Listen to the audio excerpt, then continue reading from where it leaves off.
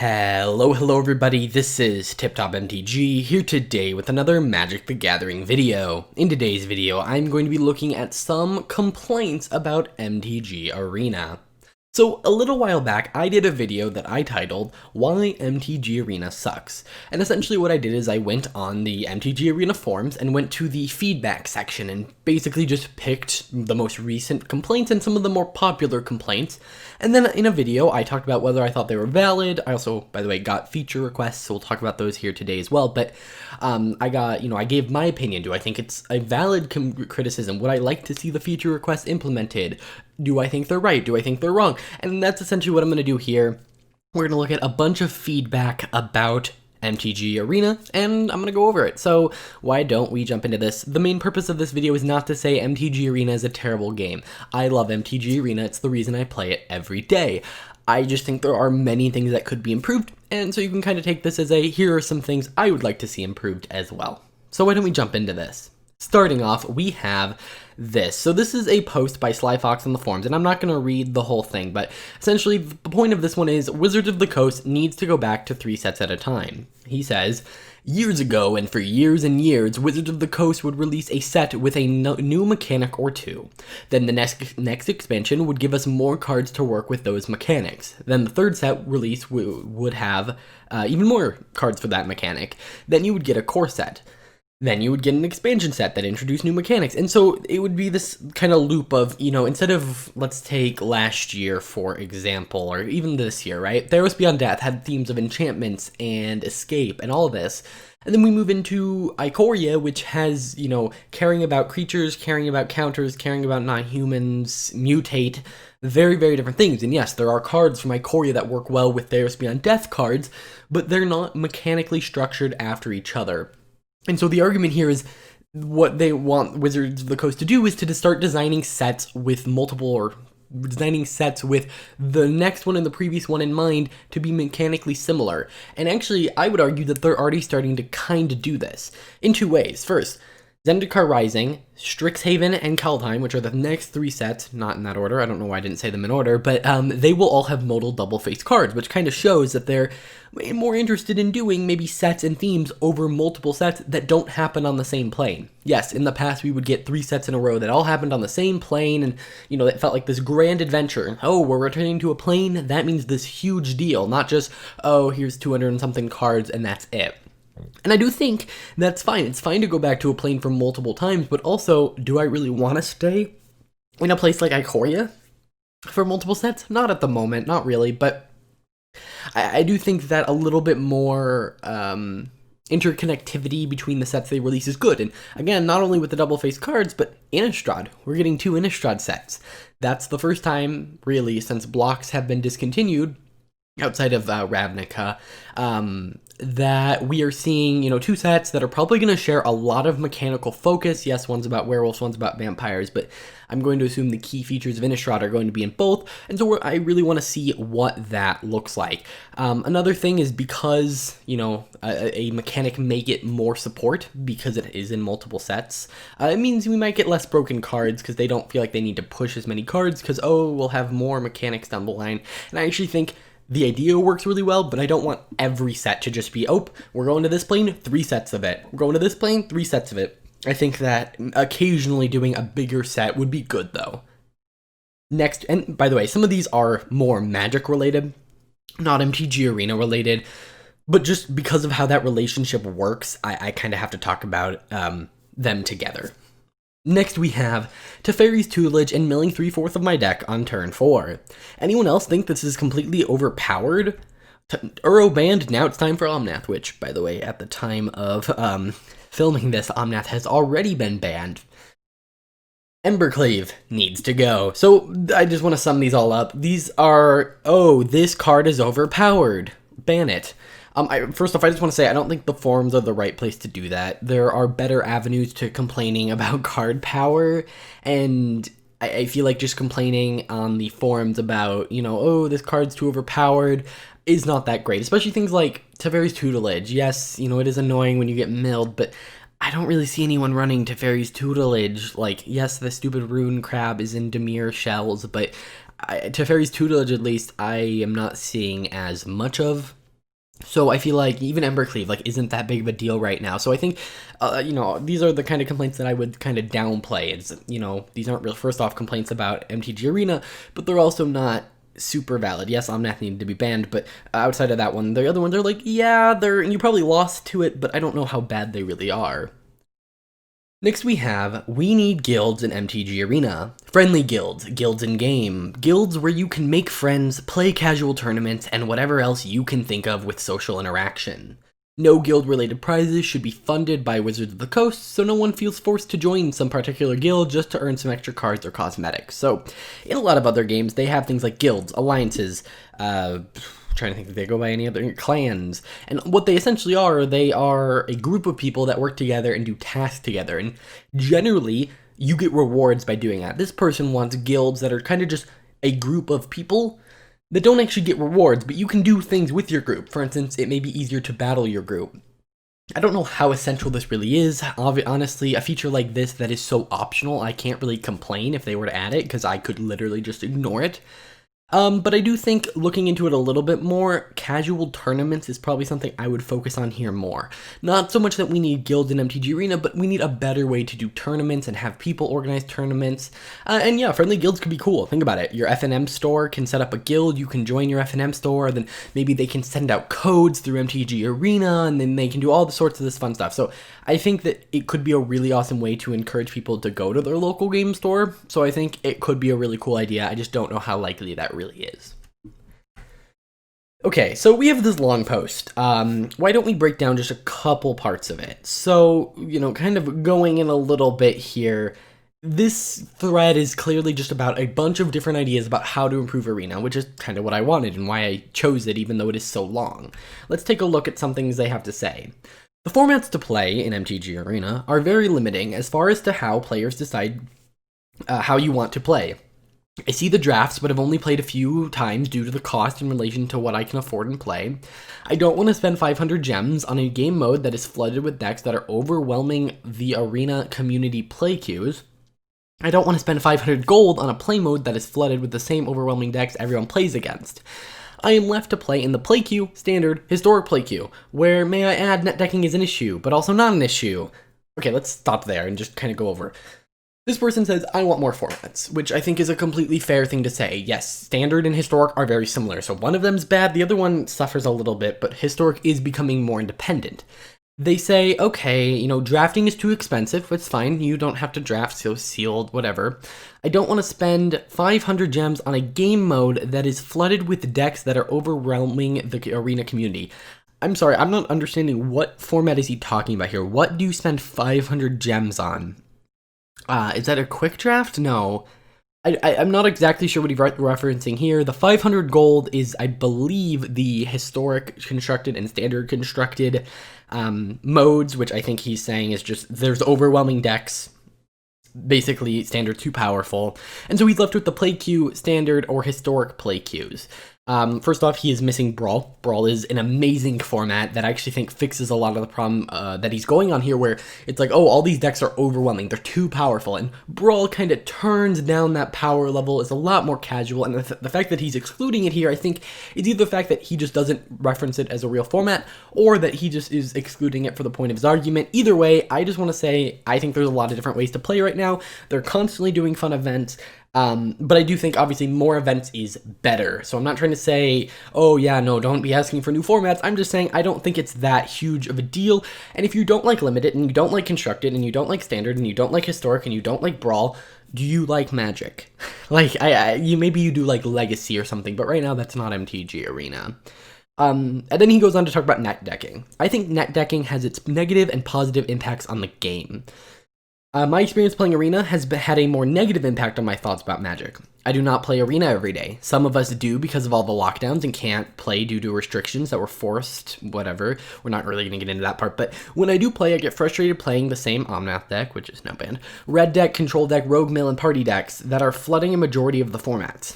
First off, Omnath, Red, Control, Rogues, and Party. First off, Party is not flooding any format. I'm sorry, even Limited isn't that focused on Party, it's more focused on Clerics, but That's 5 very different archetypes. We have ramp, rush, control, mill, and jank.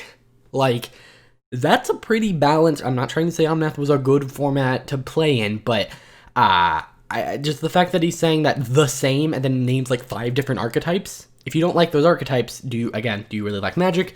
When I do play, I get frustrated playing that, but let's be real. Not all players experience the same things. Why is that? Why is the game doing and why? Why is the game doing and why? We don't have answers to those questions. We don't get responses to help us determine the direction of Arena. We get forced into paying for events and or with tokens that you get, which are rare. Yes, there are ways to save gold and get cards, but what about the social aspect of playing? So his point is, hey, the game should be more social. Moving on, he kind of goes on to talk about when he was 15, you would carry around Magic decks, and it was so much fun just being able to talk. Let's work with the ideas and thoughts that can assist Wizards of the Coast to improve the state of the game and make it fun for all, and also have the competitive aspect so players can enjoy the game. So he wants, here's competitive arena, here's non-competitive arena, which I think is a cool idea, but how do you do that?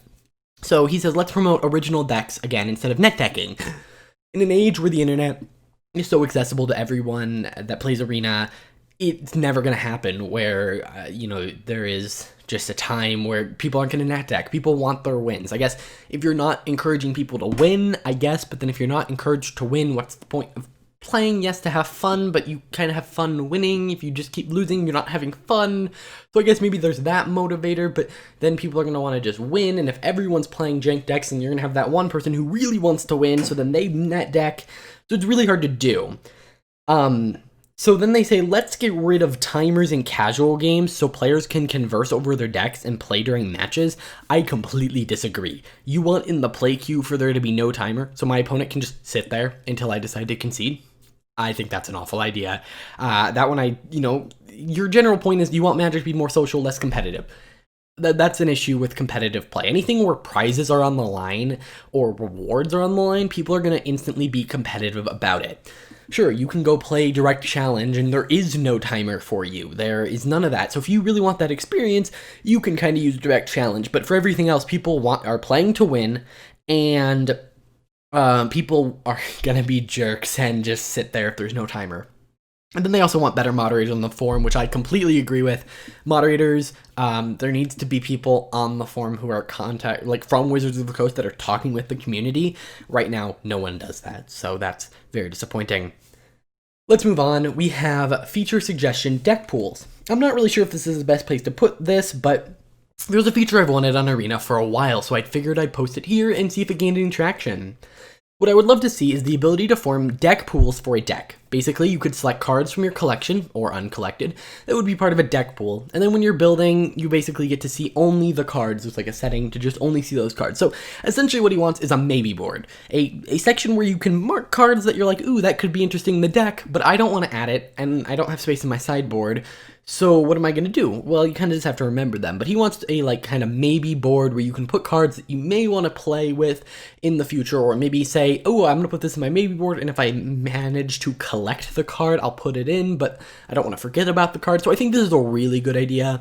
It's something you see on a lot of online deck builders where you'll see this maybe board kind of concept, and I think it works really well. It also lets you play a little bit more casually in terms of maybe not more casually, actually probably the opposite, but it lets you mess with your deck a little bit easier, and I think it would be really awesome. Next we have, I would like to see a Wizards of the Coast to say WTF they were thinking. Basically, they're saying the most frustrating themes in MTG history are counterspell, discard, lock combos, flash, and mill. Because you are not playing the game to win, you are anti-playing the game, destroying opponents' chances to play. And so basically, this person is getting upset. So there's also another statement: flash, counterspell, discard, lifelink, powerful creatures, flying, and mill in one top tier deck. First off, I assume they're talking about rogues here with flash, counterspell, discard, powerful creatures, flying, and mill. But where's this lifelink? Is there lifelink in rogues deck? I didn't think so. And there is no anti-mill cards, which I would say Thassa's Oracle, very big anti-mill card. Midnight Clock will shuffle your graveyard into your library. Croxa will essentially kind of draw you a card when it gets milled, and because they're milling you, you can easily play it. They say there's no anti-counterspell cards. How about Thrix, which means that big spells can't be countered, or other counterspells, or spells that are uncounterable. No anti-flash cards, which I will admit, but do you really want there to be another Teferi? And no graveyard recovery. I don't know exactly what he's talking about here, but we do have things like Kroxa, Agadam's Awakening, and Call of the Death Dweller. So that's my first issue. He's saying there's no anti-mill. There is anti-mill. There's no anti-counterspell. There is anti-counterspell. There's no graveyard recovery. There is graveyard recovery, and I would actually admit that there's probably too much of that. But the part I really want to mention is his statement about the most frustrating themes. Yes, to him, the most frustrating themes are counterspell, discard, lock, combos, flash, and mill. Fine. But to some people, that's what they love to do. They love to mill. They love to play things at instant speed. They like to make counterspell. And while I may find it annoying, I don't want to say, hey, I dislike this theme. Wizards, why in the world did you print that? That is utterly ridiculous. Why did you make that mistake? Because while I didn't like it, I'm sure there's someone who loves it. And so I think the idea of saying, hey, company, you just made a huge mistake because one person, dislike that. And obviously, those themes are disliked more than some others, and I'm not trying to say that they're not disliked and you are allowed to have your opinion.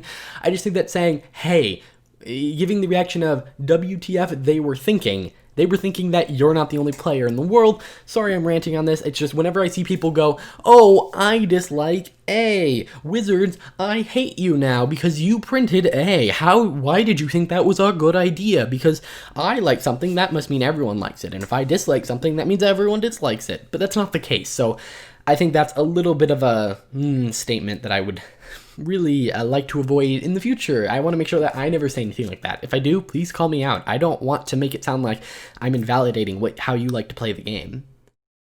Next, we have Scoot Swarm tokens is literally going to break Arena. Hey, Wizards of the Coast, I'm not going to sit there while your card design slows my computer to a crawl. A moron just tried to summon 162 tokens in a match. Ban the card or errata it. So, I disagree. First off, you should not be banning things based on how Arena handles it. You should not be erratating things because of how Arena handles it. You should change how Arena handles it. Or, and this is probably the lesser option there, have Arena fix it. That would be the best option here. But, and I don't know exactly how you do that, but what about you just realize that, hey, he has 162 tokens, I'm probably dead. And yes, if you do have counterspells in your deck, there may be an argument to, sitting there and waiting for it to happen, but if your opponent is able to summon 162 Scoot Swarms, right? So 162 Scoot Swarms are going on the stack. I'm going to assume that he can swing with 162 Scoot Swarms. That means you're dead this turn. So you should be conceding. He should just be swinging for the win. This only happens when people are dumb. If you have lethal and then you decide, oh, I'm going to play an extra land and, spend an extra 5 minutes waiting for Scoot Swarm tokens, yeah, that's kind of your fault. You should have just swung for the win. But yeah, if they have 162 Scoot Swarm tokens, there are like no instant speed board wipes that I can think of in Standard right now that would deal with all the Scoot Swarms. I'm probably missing one, but yeah, I disagree with this mentality at least. All right, here's a big one. So this one is all about MTG Arena version 2. Too many mistakes were made while MTG Arena was created. Most of these can't be fixed in the current client. When will we finally get a functional client MTGA version 2? First off, this is gonna be a really long one. First off, you're saying yes, there were lots of issues. What were those issues? Do you care to explain maybe some of them? And I know you can probably come up with some in your head, but why can't an issue be fixed? Let's look at MTGO, which was released in 1999, I don't know, a really long time ago.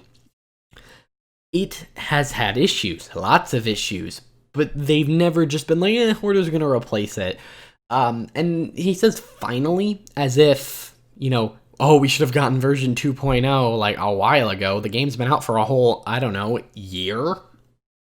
Like, it released in public beta, out of beta, I should say, with Throne of Eldraine.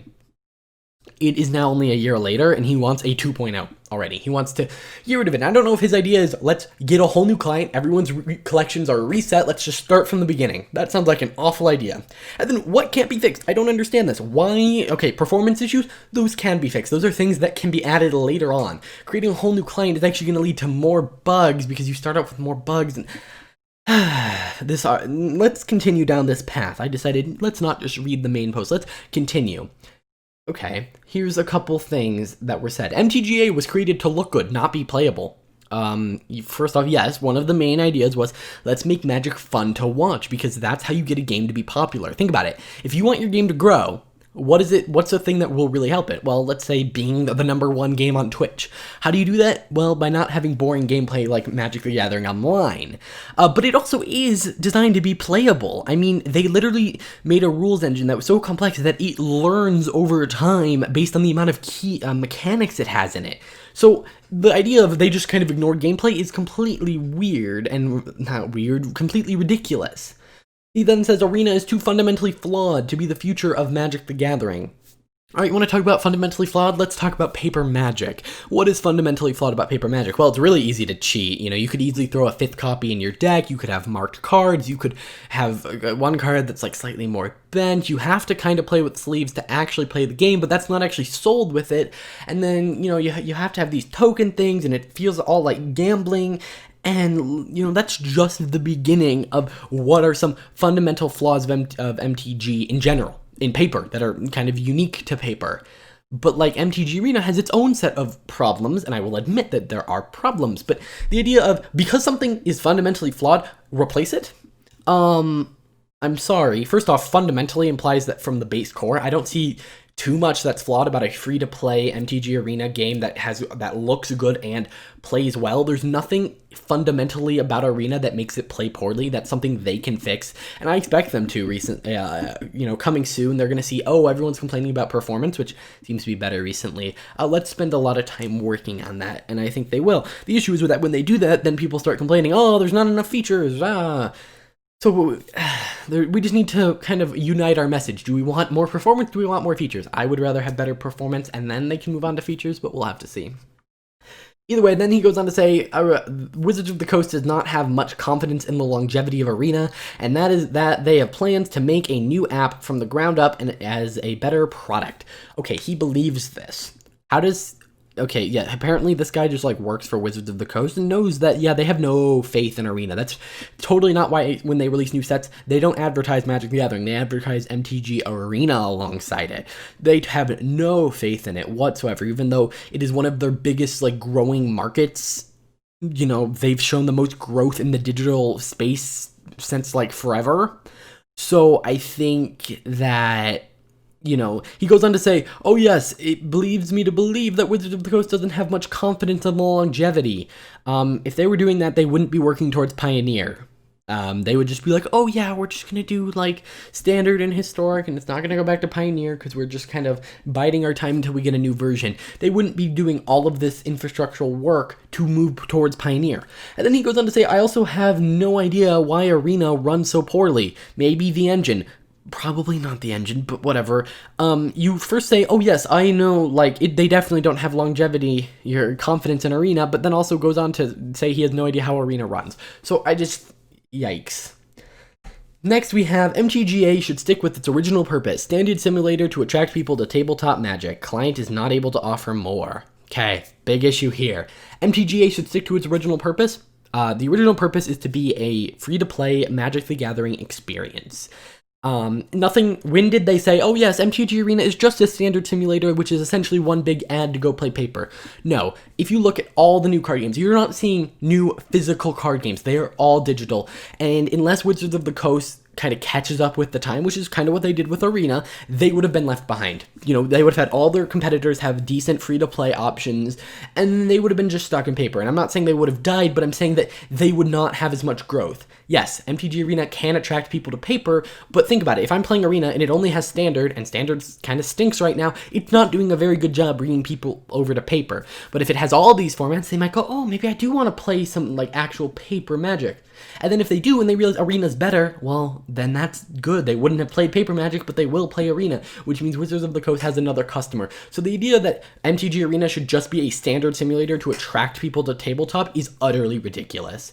And then he goes on to say, no, if you want to play other formats, you have MTGO and tabletop. Wait, why? What is MTGO's purpose?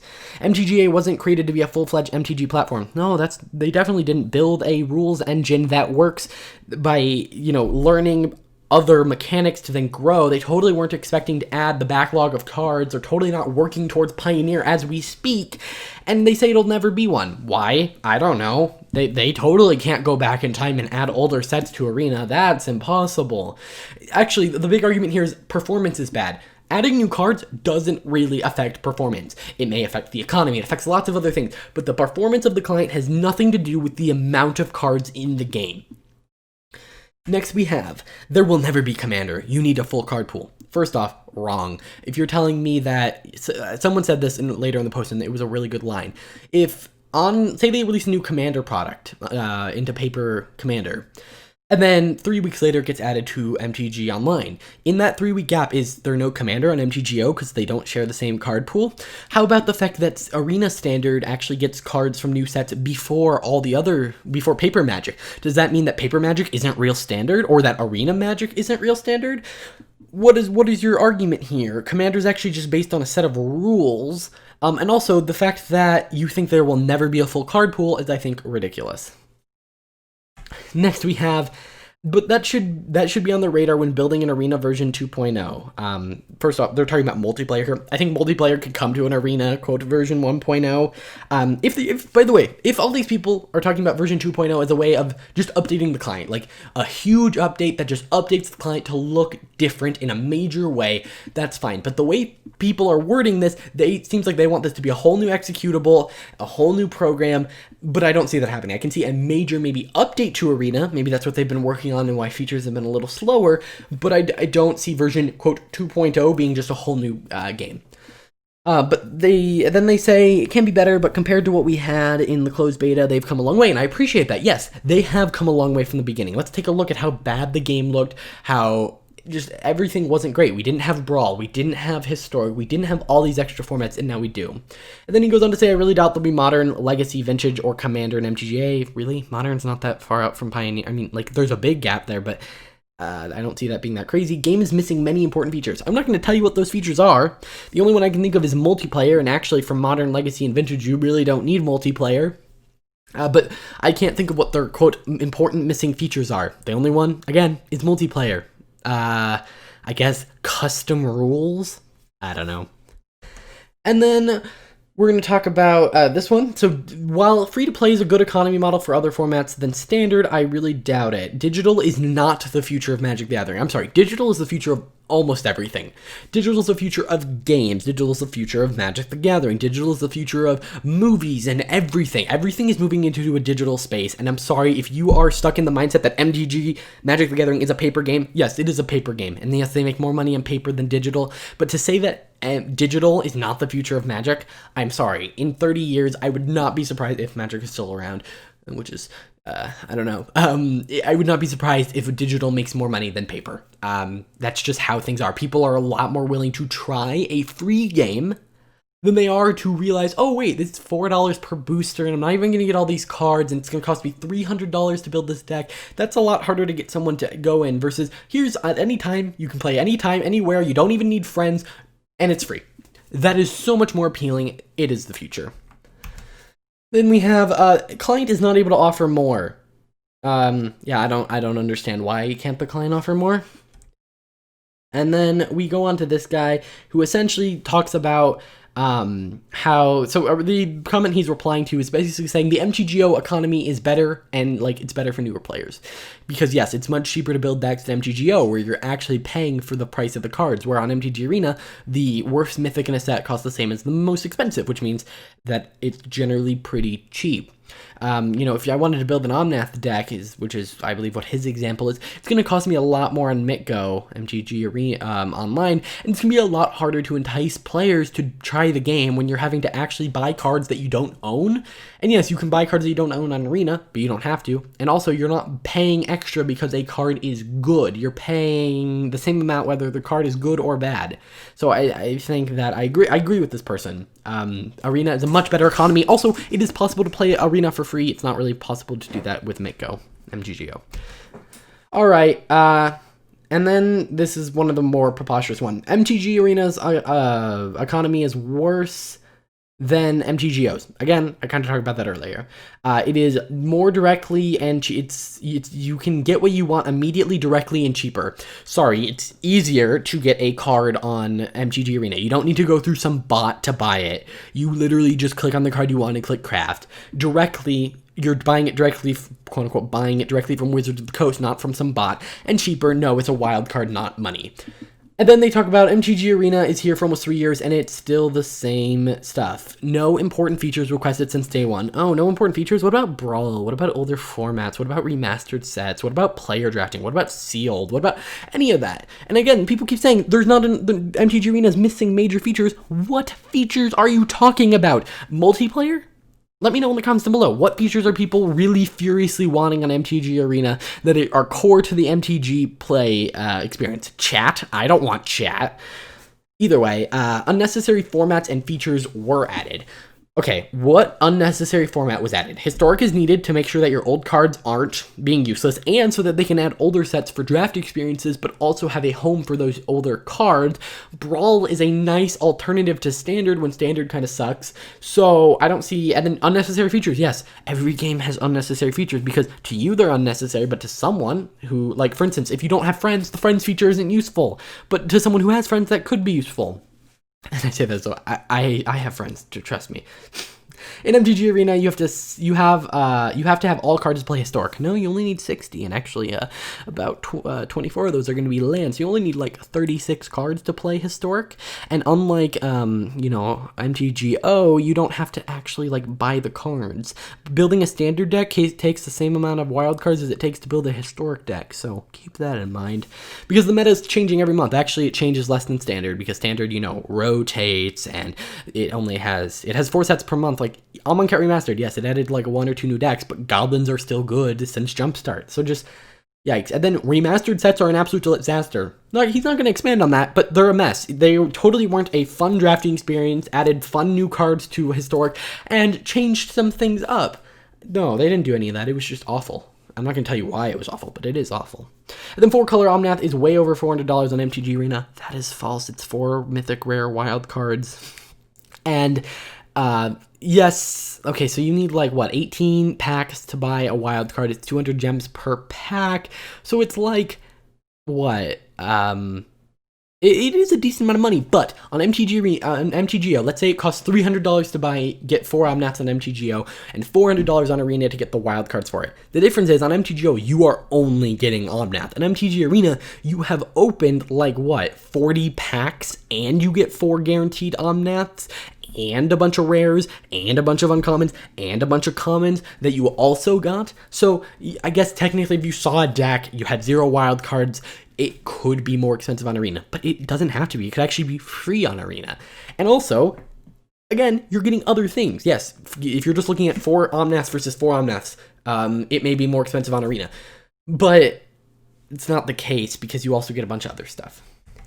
All right, and then as of the time of me putting this all together, it was about $22 per Omnath. So you're paying $100 just for Omnath. If you paid $100 on Arena, you could get 4 Omnaths and a bunch of other cards. It's ridiculous.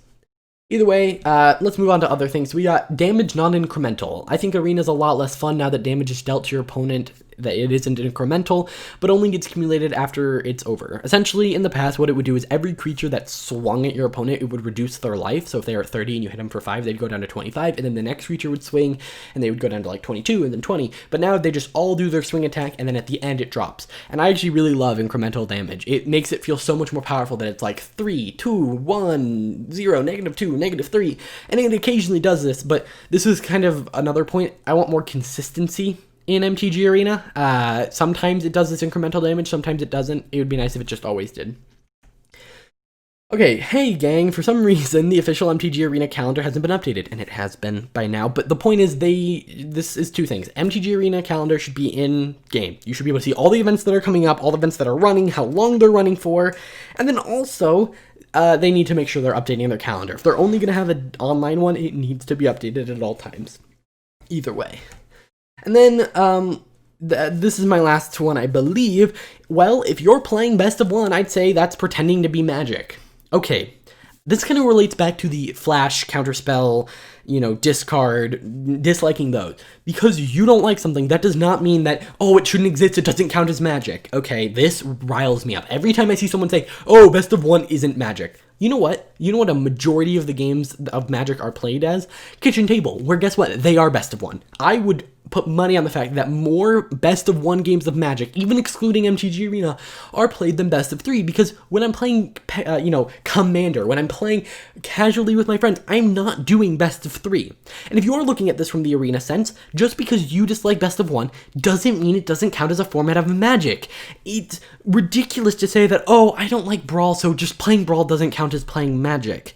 So, the argument is, oh, it's less strategy dependent. It's all about who you get matched up against. But all it does is just change how you build your deck. It actually can sometimes be more strategic of how you build your deck to make sure that it can interact but doesn't have to with certain aspects. And I think that people who say best of one Magic isn't Magic are narrow-sighted, old-fashioned, and need to kind of open their mind a little bit to the fact that how they play Magic isn't the only way to play Magic. It is utterly ridiculous, and you should almost be ashamed of yourself if you are thinking to yourself, oh, best of one Magic's the only way to play, because you're essentially saying, oh, how you guys like to play, that doesn't even count. I'm better than all of you because I know the only way to really play Magic. So think about that next time you try and argue to someone that best of one Magic isn't Magic. Alright. Sorry about that rant. That really makes me mad. To tell someone that how they like to play the game, that doesn't count. That is ridiculous in a game that is all about having multiple ways to play. Either way, what I want to do is I kind of want to talk about what the kind of complaints were. In terms of feature requests, there's guilds, deck pools, and MTG Arena 2.0. In terms of the complaints, we just have too powerful, block-like systems. They want block-like systems. There's not enough ways to play. Net decking is bad. MTG Arena is too competitive. I dislike X mechanic. Scroot Storm breaks the game. The current MTG Arena can't handle the future of the game, which all the red ones I'm like, no, those don't really count, sorry. Damage dealt to opponent is done at the same time. The event calendar is not updated. Best of one Magic is not Magic. I've noticed a lot of the complaints I don't agree with. Compared to last time where I agreed with most of them, and actually let's look at last time. Last time, we had complaints of no rewards after final level of the Mastery Pass, which anything in green was fixed, unable to see Mastery tiles after placing them in. Yes, that was a big that was an issue that got fixed. Cards and cosmetics from older bundles were not being added to the store. They now are, and that got fixed. No way to mass disable card styles. This one is a inconvenience, but it can be just manually done. And then feature requested, being able to see the board after the game, that has been done. More formats, that's been done. More ways to draft. Setting a default sleeve, and they've confirmed that they're working on setting a default land, and then the rest of the other ones are just like, yeah, you can do it in other ways. Point is, the previous one had a lot more complaints that I would say are valid, that I would say, yeah, these are really big deals, or things that really should be addressed, but it just feels like today people are whining about every little thing. So I just want to say, I hope everyone takes this as an opportunity to maybe relax a little bit about the game. Yes, I was a little bit aggressive with some of my answers, but I just wanted to give you my thoughts on some of the more nitpicky complaints that everyone has. If you guys have any complaints about MTG Arena, leave them in the comments down below. I doubt anyone's watching this. This is one of the longest videos I've ever done. I'll see you guys in the next one. Bye.